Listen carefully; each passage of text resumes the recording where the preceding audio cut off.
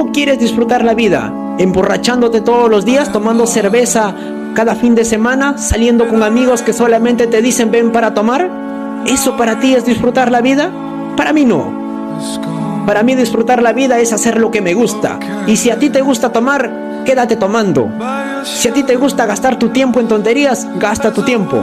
Yo creo que para disfrutar la vida no es necesario sacrificar tiempo y dinero, gastando dinero en pendejadas.